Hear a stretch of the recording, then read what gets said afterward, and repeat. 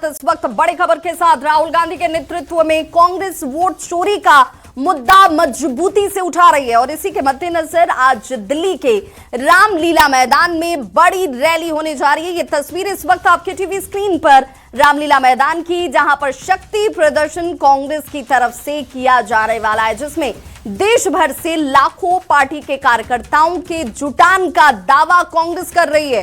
Rally के लिए 3 बड़े मंच तैयार किए गए हैं। मुख्य और सेंटर मंच पर राहुल गांधी सहित अन्य कांग्रेस के दिग्गजों की मौजूदगी आपको नजर आएगी।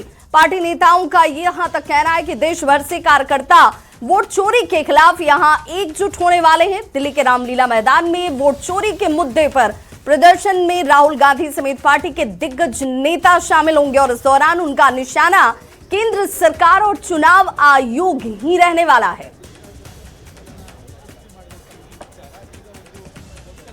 के वोट चोरी के ज्वलंत मुद्दे को उठाने के लिए राहुल गांधी, आपका कोटि कोटि धन्यवाद।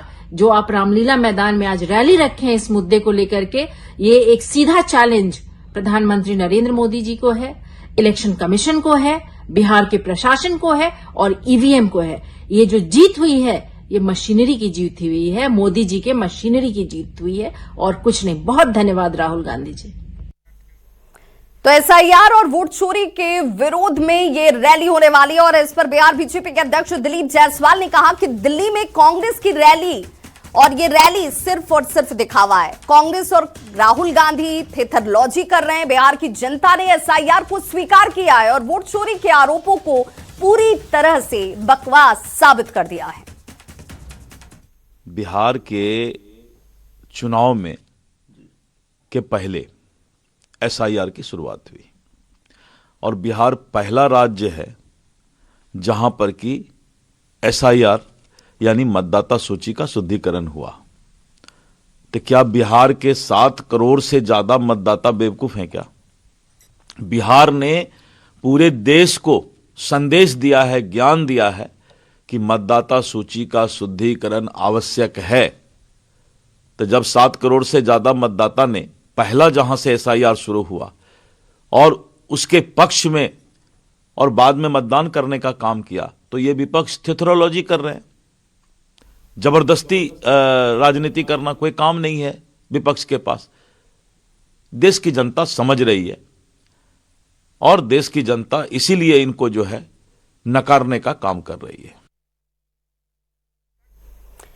तो देखिए, एसआईआर के बहाने वोट चोरी के मुद्दे पर कांग्रेस आज दिल्ली के रामलीला मैदान में बड़ी रैली का आयोजन कर चुकी है, जहां पर लाखों कांग्रेस के कार्यकर्ताओं की जुटान का दावा कांग्रेस की तरफ से किया जा रहा है, जिसे लेकर बिहार में अब इस वक्त सियासत बेहद गर्म है। सियासत के तौर पर जेडीयू के वरिष्ठ नेता अशोक चौधरी ने इसे लेकर राहुल गांधी पर जमकर निशाना साधा और कहा कि ये लोग सिर्फ एक परसेप्शन बनाने की कोशिश में लगे हुए हैं, लेकिन इससे हासिल उन्हें कुछ नहीं होने वाला है। इन सबका कोई फायदा नहीं कांग्रेस को मिलेगा। ये लोग घुसपैठियों को बचाने की राजनीति में जुटे हुए हैं, जो कहीं से भी राष्ट्र के लिए उचित नहीं है। या एसआईआर जो भी लोग कर रहे हैं, ये तो एक परसेप्शन बनाने की कोशिश कर रहे हैं ना। रामलीला मैदान में बहुत करिएगा तो 2 लाख जुट जाएगा, 3 लाख लोग जुट जाएगा। बगल में हरियाणा है, बगल में पंजाब है, दिल्ली के लोग पहुंच जाएंगे। लेकिन एक विधानसभा में, बिहार के एक विधानसभा में 3 लाख वोटर है। उस रैली का आप बोल सकते हैं परसेप्शन बना दे, लेकिन एसआईआर को आप जिस तरह से परसेप्शन बनाने की कोशिश कर रहे हैं देश में, लेकिन ये तो आप देखिए ना कि आप हिंदी बेल्ट में, काऊ बेल्ट में आप लगातार पिछले 25 वर्ष से लूज कर रहे हैं। उत्तर प्रदेश जो कांग्रेस का गढ़ रहा है, वहां आप इनसिग्निफिकेंट हो गए हैं। बिहार जो कांग्रेस का गढ़ रहा है, उसमें आप इनसिग्निफिकेंट हो गए हैं। बंगाल जहां पर आपने लंबे समय तक किया, तमिल टीएमसी आने के बाद आप इनसिग्निफिकेंट हो गए हैं। आप लड़ाई वहां पर कम्युनिस्ट और टीएमसी की थी, अब नाउ टीएमसी वर्सेस बीजेपी है। You are not there. तो ये वोट चोरी से थोड़ी हो गया। तो आखिर इस तरह के करने का मतलब, वोट चोरी के मुद्दे को फिर से गरमाने का मतलब क्या है? गरमाने का मतलब यह है कि एक परसेप्शन क्रिएट करना देश में कि इनके पर जो सत्ता आ रही है ये वोट चोरी से आ रही है, जबकि फैक्ट ये है नहीं। एसआईआर बिहार में कहीं मुद्दा रहा? आप रैली किए, मोटरसाइकिल से घूमे, गाड़ी से घूमे, आपने प्रयास किया कि एक मुद्दा बनाने का, मुद्दा रहा? मुद्दा नहीं रहा। तो बंगाल चुनाव भी एक आपको एक वजह लगती है क्या? हाँ, बंगाल चुनाव में जो हो रहा है, लेकिन आप एक बात बताइए ना कि जो बॉर्डर से सटा इलाका है, जो हमारा बॉर्डर से सटा इलाका है, या वो पाकिस्तान हो या वो बांग्लादेश हो या वो श्रीलंका हो, जो हमारा बॉर्डर है, वहां पर जो बाहर के लोग आ जा रहे हैं, हम बेटर हैं। इसमें तो कहीं दो मत नहीं है कि हम पाकिस्तान से बेटर प्लेस्ड कंट्री हैं, इकोनॉमिकली, सोशली। बांग्लादेश से हम बेटर प्लेस्ड हैं, तो वहां के लोग यहां आना चाहते हैं, यहां पर नौकरी लेना चाहते हैं। जैसे बांग्लादेश के लोग यहां आके रहना, तो हम अपने देश के मुसलमानों की रक्षा करें कि बाहर के देश के मुसलमानों की रक्षा करें? और एसआईआर अगर हो रहा है तो जो लोग बाहर से आ गए हैं उनको तो हमको हटाना ही है ना भाई। हम ऑलरेडी ओवरलोडेड है। हम why we will take from people from Pakistan and Bangladesh? अरे हमको अपने देश के लोगों का भी तो ख्याल रखना है, जो हमारे सिटीजन हैं। तो कांग्रेस की इस रैली को लेकर सियासत इस कदर गर्म है कि बीजेपी के राष्ट्रीय प्रवक्ता हैं शहनवाज हुसैन ने कहा कि इससे इन्हें कुछ भी हासिल होने वाला नहीं है। कांग्रेस अपने कर्मों और गलत नीतियों की वजह से आज जीरो पर पहुंच चुकी है, लेकिन राहुल गांधी इसका ठीकरा निर्वाचन आयोग पर फोड़ना चाहते हैं। जनता इसे नकार चुकी है। इस रैली से कांग्रेस को कुछ भी हासिल नहीं होगा। एसआईआर पर चुनाव आयोग पर अपना दोष देना चाहते हैं। उनको मालूम होना चाहिए कि कांग्रेस अपने कर्मों से हार रही है, अपनी नीति से हार रही है, अपने नेतृत्व की खामियों की वजह से हार रही है। कांग्रेस से उन्हीं के नेता सवाल पूछ रहे हैं, उनके नेतृत्व पर सवाल उठ रहा है, इसलिए सवाल न उठे इसलिए रैली कर रहे हैं। रैली में भीड़ बुला लेंगे लेकिन कुछ होने वाला नहीं है। तो दिल्ली में आयोजित कांग्रेस के इस रैली पर बिहार के स्वास्थ्य मंत्री मंगल पांडे ने भी निशाना साधा है। उन्होंने क्या कुछ कहा, जरा वो भी सुनिए। राहुल गांधी और कांग्रेस पार्टी को पूरी तरीके से देश की जनता ने रिजेक्ट कर दिया, जिसके नेतृत्व में कांग्रेस पार्टी 95 बार इस देश में हार चुकी हो। अब वो किसी तरह का रैली करे तो उसका कोई इम्पैक्ट होना है, ऐसा बिल्कुल नहीं। राहुल गांधी अप्रासंगिक हो चुके हैं पूरी तरीके से, और कांग्रेस पार्टी भी अब अप्रासंगिक होते जा रही है। तो बिहार में नई सरकार बनने के बाद से मुख्यमंत्री नीतीश कुमार लगातार एक्टिव मोड में नजर आ रहे हैं। विकास कार्यों की बात करें तो जहां जहां पर विकास कार्य होने चाहिए वहां पर खुद पहुंचकर मुख्यमंत्री नीतीश कुमार उसका जायजा लेते हुए दिख रहे हैं। जहां कमी है उसकी समीक्षा की जा रही है। और ऐसे में आज सीएम नीतीश कुमार पटना के न्यू पुलिस लाइन पहुंचे, जहां पर पुलिस कर्मियों के लिए बेहतर सुविधा, खाने पाने के अच्छे इंतजाम जो हैं उस इंतजाम को देखते हुए नजर आए। भोजनालय और पुरुष सिपाही बैरक का उद्घाटन उनकी तरफ से किया गया। इस दौरान गृह मंत्री सम्राट चौधरी भी मुख्यमंत्री के साथ मौजूद रहे। सीएम की सौगात को लेकर पुलिस कर्मियों में काफी उत्साह नजर आया।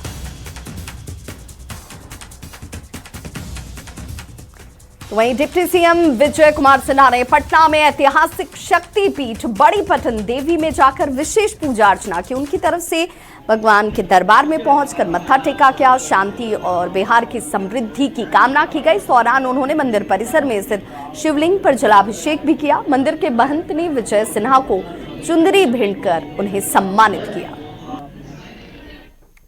महाकाली, महालक्ष्मी, महासरस्वती का त्रिगुणी शक्तियों का ये सबसे बड़ा 51 शक्तिपीठ में बहुत ही प्रसिद्ध शक्तिपीठ है और इनके आशीर्वाद से हम बिहारी गौरवान्वित हुए हैं। बिहार से नकारात्मक ऊर्जा समाप्त हुआ, सकारात्मक ऊर्जा का संचार हुआ है और डबल इंजन की सरकार प्रधानमंत्री मुख्यमंत्री के नेतृत्व में सुशासन से समृद्धि की हुई बिहार कदम बढ़ाने के लिए बहुत तेजी से आगे बढ़ रहा। सीतामढ़ी के ललित किशोर नाम के इस शख्स को यूपी के गोरखपुर पुलिस ने गिरफ्तार कर लिया है। जी हां, बिहार का रहने वाला यह शख्स जो गोरखपुर में फर्जी आईएएस बनकर लोगों से ठगी कर रहा था। इस फर्जी आईएएस की गिरफ्तारी की गई है गोरखपुर पुलिस की तरफ से और आरोपियों के पास से 4 लाख नकद, जेवरात, चेकबुक, पासबुक और पासपोर्ट के साथ लैपटॉप बरामद किया गया है। ललित खुद को गौरव सिंह बताया कर रहा था और जानकारी के मुताबिक वो यूपी, एमपी, बिहार और झारखंड में लोगों से अभी तक करोड़ों रुपए की ठगी कर चुका है। बिहार, यूपी और एमपी उसके निशाने पर थे। सीतामढ़ी के मेसौल के वार्ड संख्या 37 का रहने वाला ये वही शख्स है जिसे आप इस वक्त तस्वीरों में भी देख पा रहे होंगे लाल घेरे में। इस शख्स को आप देखिए, ये फर्जी आईएएस बनकर करोड़ों का चूना लोगों को लगा चुका है। इसके निशाने पर उत्तर प्रदेश, मध्य प्रदेश, बिहार और झारखंड के लोग थे। सीतामढ़ी के मेसौल के वार्ड संख्या 37 का ये रहने वाला ललित किशोर, जिसकी मां ने कहा कि वो कुछ सालों से घर ही नहीं आया, यहां तक कि जब उसके पिता की मौत हुई थी तब भी वो अपने घर नहीं पहुंचा। 5 भाइयों में चौथे नंबर पर ललित पिछले कुछ महीनों से गोरखपुर में आईएएस अधिकारी बनकर घूम रहा था, जहां वो निरीक्षण और नौकरी का वादा कर ठगी और लोगों को डरा धमकाकर पैसे की वसूली करता था। इस काम में उसके बहनोई अभिषेक कुमार और सहयोगी परमानंद गुप्ता भी शामिल बताए गए हैं, जिन्हें गिरफ्तार किया गया है।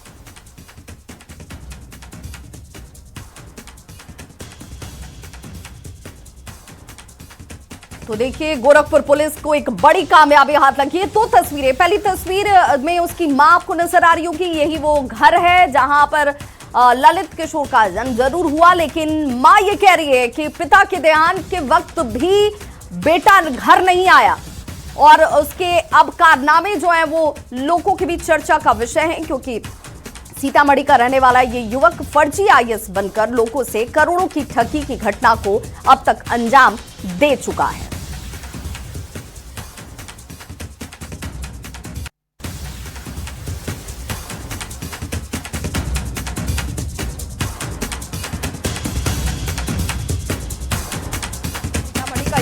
आईएएस यूपी के गोरखपुर से गिरफ्तार किया जा चुका है। उसका बहनोई भी गिरफ्तार हुआ है, साथ ही साथ एक और सहयोगी जो इस पूरे कारनामे में उसके साथ दे रहे थे।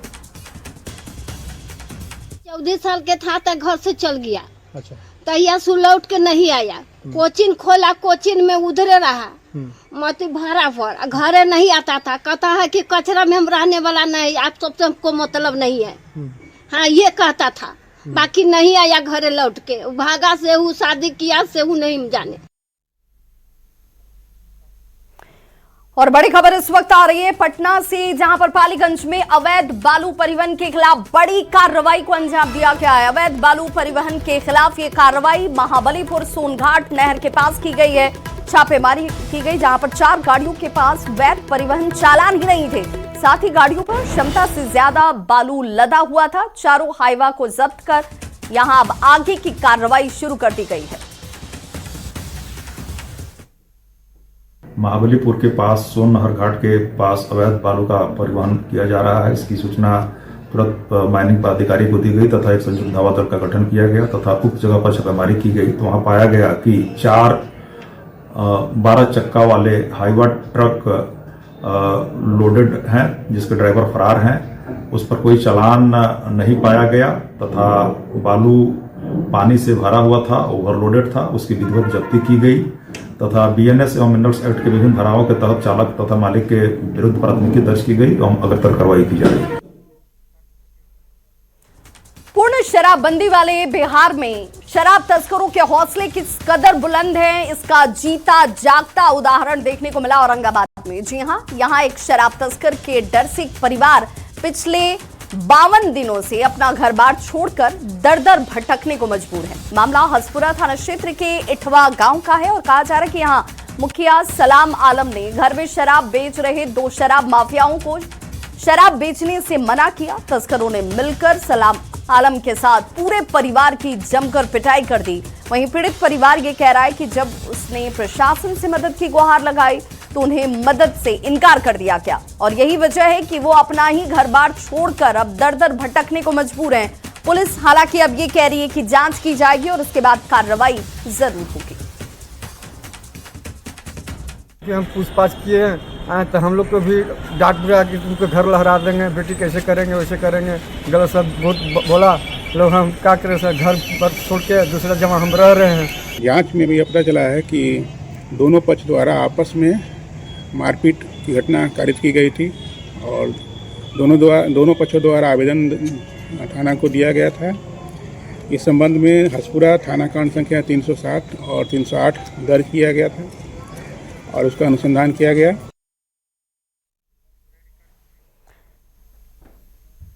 आरा में महिलाओं की सुरक्षा के लिए अभया ब्रिगेड के गठन की प्रक्रिया की शुरुआत कर दी गई है। जी हां, इससे बिहार पुलिस मुख्यालय की तरफ से भोजपुर के पुलिस अधीक्षक को पत्र लिखकर इसकी जानकारी दी गई और इसके जल्द गठन की बात की गई है।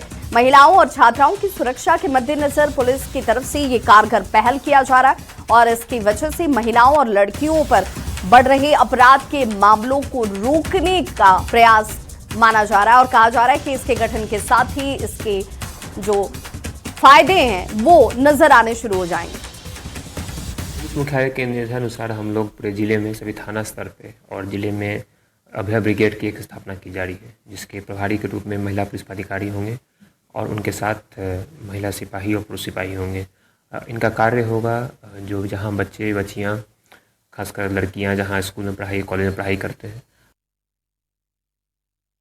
को लेकर के अभया ब्रिगेड की तैनाती करने की कवायद जो है शुरू हो गई है और उसको लेकर के बिहार पुलिस मुख्यालय के द्वारा यानी बिहार के डीजीपी के द्वारा एक लेटर भी जारी कर दिया गया है। इस अभया ब्रिगेड का मुख्य उद्देश्य महिलाओं की सुरक्षा होगी और इसको लेकर के इस टीम एक बनाया जाएगा जिसमें एक महिला सब इंस्पेक्टर के अलावा एक महिला एवं 2 पुलिसकर्मी शामिल होंगे और ख़ास करके इस अभया ब्रिगेड की सबसे बड़ी जो बात होगी वो ये होगी कि वर्दी और सादे लिबास में इसके जो चयनित जो लोग हैं वो चयनित स्पॉट के अलावे स्कूल कॉलेज एवं चौक चौराहे मॉल धार्मिक स्टेशन पार्क रेलवे स्टेशन पर तैनात रहेंगे और वो महिलाओं की सुरक्षा को लेकर के लगातार सक्रिय रहेंगे। इसको लेकर के भोजपुर जिले के पुलिस अधीक्षक मिस्टर राज ने न्यूज़ 18 के साथ खास बातचीत के क्रम में बताया है कि अभया ब्रिगेड के गठन को लेकर के पुलिस मुख्यालय से आदेश निर्गत हो गया है और इसका जल्द ही